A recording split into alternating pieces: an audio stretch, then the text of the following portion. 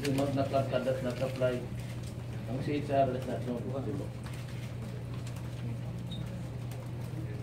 Huwag na nilang ipilit, mapahiya lang yung nag-agriculture. They are too naive and too simplistic. I was relating an event. You know, by that alone, you cannot prevent me from talking.